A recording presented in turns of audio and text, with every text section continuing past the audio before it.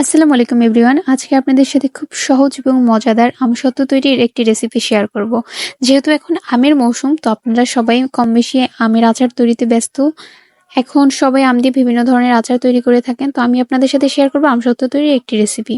এজন্য আমি এখানে এই সাইজের আম কেটে খুব ভালোভাবে পরিষ্কার করে ধুয়ে নিয়েছি। এরপর একটি কড়াইতে পরিমাণ মতো পানি দিয়ে দিয়েছি। পানিটি পরিমাণ মতো নিতে হবে, যে পরিমাণ পানি নিলে আপনার আম সেদ্ধ হয়ে যাবে। পানিটি একটু গরম হয়ে আসলে এর মধ্যে কুচি করে রাখা আমগুলো দিয়ে দেব। দেখতেই পাচ্ছেন আমি আমগুলো কি সাইজের করে কেটে নিয়েছি। এই পর্যায়ে যখন আমগুলো এরকম ভাবে একটু অল্প অল্প সিদ্ধ হবে, দেখে মনে হবে যে মোটামুটি সিদ্ধ হয়ে গিয়েছে, এ পর্যায়ে আমরা আমগুলোকে একটু ভেঙে ভেঙে দেব। সিদ্ধ আমগুলো আপনারা ভেঙে দেওয়ার ক্ষেত্রে এখানে চামচও ব্যবহার করতে পারেন, তবে আমি এখানে চামচ ব্যবহার করিনি। উদ্দেশ্য হচ্ছে আমগুলোকে খুব ভালোভাবে ভেঙে দেওয়া।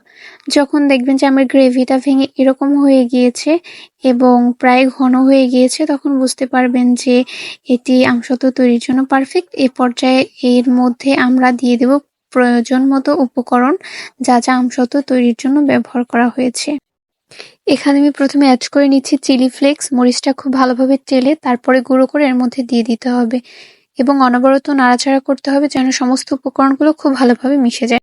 তারপর এখানে ব্যবহার করেছি জিরার গুঁড়ো। জিরা খুব ভালোভাবে তেলে তারপরে গুঁড়ো করে এর মধ্যে দিয়ে দিতে হবে। দেওয়ার পরে খুব ভালোভাবে অনবরত নেড়েচেড়ে সমস্ত উপকরণগুলো মিশাতে হবে। এখানে কন্টিনিউ নাড়াচাড়া করতে হবে। যদি নাড়াচাড়া ঠিক মতো না করা হয় তাহলে দেখা যায় অনেক সময় নিচ থেকে লেগে যায়। তাই অবশ্যই সতর্কতার সাথে খুব ভালোভাবে নেড়েচেড়ে সমস্ত উপকরণ এখানে মিশিয়ে নিতে হবে। খুব ভালোভাবে সব উপকরণগুলো মিশানোর পরে এ পর্যায়ে আমি এখানে টেস্ট মতো লবণ দিয়ে দিব। টেস্ট করে নেবেন যে লবণের অনুপাত ঠিক আছে কিনা। তারপরে আবার অনবরত নাড়াচাড়া করতে হবে যেন লবণ ওর মধ্যে ভালোভাবে মিশে যায়। এ পর্যায়ে আমি এখন এখানে ব্যবহার করছি পরিমাণ মতো চিনি। এটি অবশ্যই আপনাদের টেস্ট অনুযায়ী দিবেন। যদি বেশি মিষ্টি খেতে পছন্দ করেন সেক্ষেত্রে সেই পরিমাণে দিবেন।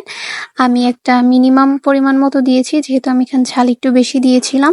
আমি একটু ঝাল ঝাল পছন্দ করি, এজন্য চিনির পরিমাণ সেরকমই রেখেছিলাম। এরপরে অনবরত খুব ভালোভাবে নেড়েচেড়ে মিশিয়ে নিতে হবে এবং যখন এটার ঘনত্ব এরকম হবে এই পর্যায়ে এটি উঠিয়ে নেবেন। উঠিয়ে নেওয়ার পর এখানে আমি একটি স্টিলের প্লেট নিয়েছি। এর মধ্যে পরিমাণ মতো একটু তেল ব্রাশ করে নিচ্ছি। আমি হাত দিয়েই মেখে নিচ্ছি তেল, কারণ তেল না দিয়ে দিলে পরে যখন আচারটা এর মধ্যে বসাবো ঠিক মতো বসবে না। এবার আমসত্ত্ব শুকানোর জন্য এই যে এই প্লেটটায় যেটা আমি তেল মেখেছিলাম তার মধ্যে দিয়ে দিয়েছি। এটা রোদে মিনিমাম আমি 3 থেকে 4 দিন শুকিয়েছি। যেহেতু রোদের পরিমাণটা মোটামুটি ছিল, যদি রোদের পরিমাণ বেশি থাকে 2 দিনেও শুকিয়ে যায়। শুকানোর পরে কিন্তু কালারটা এরকম হয়েছে, দেখতেই পাচ্ছেন আমি এখানে হাত দিচ্ছি কিন্তু আমার আঙুলে কিন্তু লেগে যাচ্ছে না, তার মানে এটা সম্পূর্ণ শুকিয়ে গিয়েছে। এ পর্যায়ে আমরা একটি কেচি দিয়ে এটি সুন্দরভাবে কেটে নিব এবং কেটে আপনি যে কোনো সাইজ অনুযায়ী এটি কাটতে পারেন, যেভাবে আপনার সুবিধা হয়। তো আমি এরকম পিস পিস করে কেটে নিয়েছিলাম দেখার সৌন্দর্যের জন্য। আসলে কালারটা অনেক সুন্দর এসেছে, যেহেতু আমি ঝালের পরিমাণটা বেশি দিয়েছিলাম, একটু দেখতে বেশ ঝাল ঝালই মনে হচ্ছে। এরকম কেটে আপনারা এটি পরিবেশন করতে পারেন সবার মধ্যে। তো আমার ভিডিওটি যদি আপনাদের ভালো লেগে থাকে অবশ্যই আমার চ্যানেলটি সাবস্ক্রাইব করে দিবেন। ধন্যবাদ সবাইকে।